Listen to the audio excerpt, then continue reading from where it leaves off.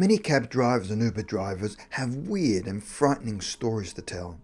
The following are 6 stories that have been told by Uber drivers about their encounters with unusual and on occasions threatening people. Story number 1. This Uber driver's weird encounter started around 3 a.m, where he picked up 2 couples who'd been to a concert and then finished the night off in a bar. The driver thought the 2 guys were well behaved and polite and were happy to chat between themselves. The guys had just met these women at one of the bars and were heading back to the girls' hotel to carry on partying. As they were heading to the hotel, one of the women said she was feeling hungry and wanted to go to McDonald's, but the other girl said she wasn't hungry and just wanted to go back to the hotel and rage on.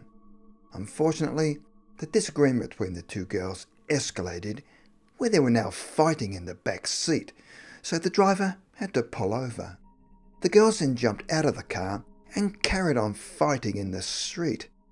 The driver decided to call the police after the girl who wanted the McDonald's was now banging the other girl's head on the ground. When the police arrived, the aggressive McDonald's girl needed to be restrained, where the cop needed the driver's help to put her in the back of the police car, where she then proceeded to kick the windows. Eventually, 2 more police arrived at the scene and were able to restrain her. At this stage, the woman was screaming that she was a lawyer and had not been read her Miranda rights. That is where you have the right to remain silent. Anything you can say and will be used against you in a court of law, etc., etc. And she continued to yell that she was a lawyer. The driver then immediately turned off the app, drove the guys home, and called it a night. It had enough drama for that evening. Story number 2. A guy jumped into the back seat, laid down, and then proceeded to kick out the Uber driver's rear windows. The driver quickly called the dispatcher to call the cops, whereas the guy decided to attack him. To get out of danger, he undid his seatbelt and jumped out of the car. The guy then jumped into the driver's seat and tried to hotwire the cab. Fortunately, the cops were quick to arrive and proceeded to mace the guy, where he started screaming that he was on fire and then wet himself along with the driver's seat. Story number 3. A couple of guys were getting out of the Uber car after one of them in the back seat had just paid him the cab fare. Then his mate in the front seat tried to get the money off of the driver by threatening him with a knife. His friend in the back of the car then apologised and said, "Don't worry about him, he's just crazy."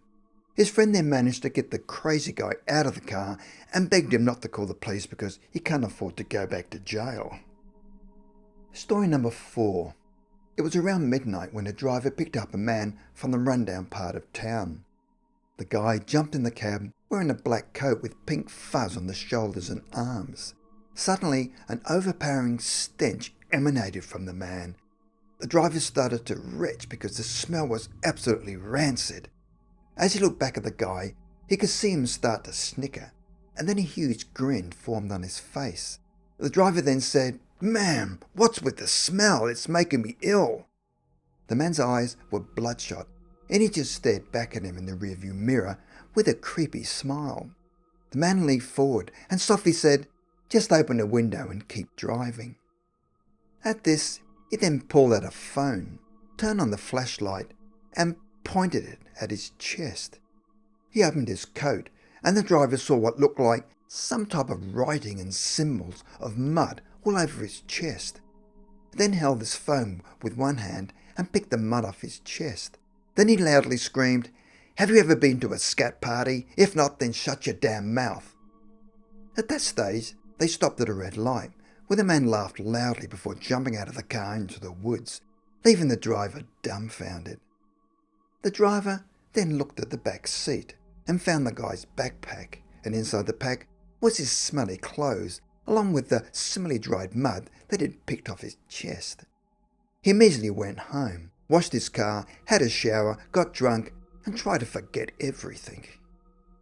Story number 5. At around 2 a.m, a driver went to pick up a guy called Austin in New Jersey, and it was his last ride for the night. He met him at a spot near the woods, and he was wearing what looked like a graduation gown. The guy then waves, and 4 kids that looked around 10 years old came out all wearing white. Then another person came out wearing the same coloured gown as the first guy, and they all jumped in the cab. They were all silent except for Austin, who gave a monologue about the importance of some animal that they were with. After about 10 minutes, the driver looked back and could see that all 4 boys were just glaring at him in the rearview mirror. Austin then asked to stop the car because he decided on a new drop-off point. The driver then noticed that the other guy was also creepily glaring at him. The driver then asked Austin to update the app, but Austin said no because it was a discreet location. At this stage, the driver was feeling a bit freaked out by all of the staring and called a friend so that they could secretly listen in, as he was expecting something weird to happen at any minute. After arriving at the location, they all jumped out and ran into the woods, except Austin, who just looked him straight in the eyes, then looked down at the driver's phone and then back to his eyes. Then he suddenly jumps out and runs into the woods. Story number 6. It was a pitch-black December night when the driver arrived at the pickup point and waited. The area was dark and grungy.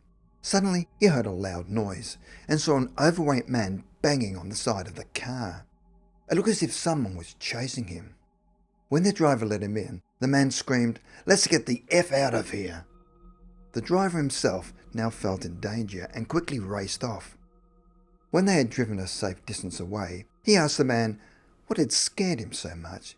He told him that he'd been drinking beer with some people. He looked around and noticed he was being surrounded by people wearing hoodies and holding candles, and they were all chanting something weird.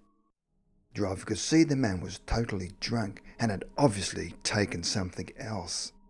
Then the man looked at him close up and abused him for being white. "I hate whites. I don't know if I can trust you." The driver could see that the man was possibly Mexican. At this stage, he felt threatened. Then the man said, "Hey, I'm not going to the hotel anymore. I want you to drive me somewhere else. I need to go to the fountain." The man was so intoxicated that he didn't even know the address. When the driver told him to change the address in the Uber records, he got upset with him again and screamed, "You're the effing driver. How come you don't know where the pineapple fountain is?" The driver was now contemplating kicking the guy out, but felt sorry for him because he was so drunk and helpless. The driver finally found the address online and they drove there. He then asked the man why he needed to go to the fountain, and his response was, "I always give girlfriend state. It completes the set. I'm going to marry her with all my gifts from the world. I need the basket lady." The driver attempted to translate his story. "I've been getting gifts for my girlfriend around the world, and I'm going to propose with the whole set." Still didn't make any sense. The driver insisted she would not be there this late at night, but the guy said she'd be there, trust me. They arrived at the fountain where it was bleak and dark, and the man refused to get out because it was too dark and he didn't want to go out there alone. So the driver checked it out for him and saw that it was safe, and then called the man out and they searched for the basket lady. That of course was not there. Then the man veered off the path and proceeded to pee on a tree, and figured that if the cops arrived, he had to convince them that he was not his friend, so they would not get arrested together. 2 people then walked past and looked at the driver with pity in their eyes. They then drove to the hotel. But first, the man wanted to smoke a joint. He told him not to rank him poorly, that he was just having a bad day and was really drunk. The driver gave him 2 stars.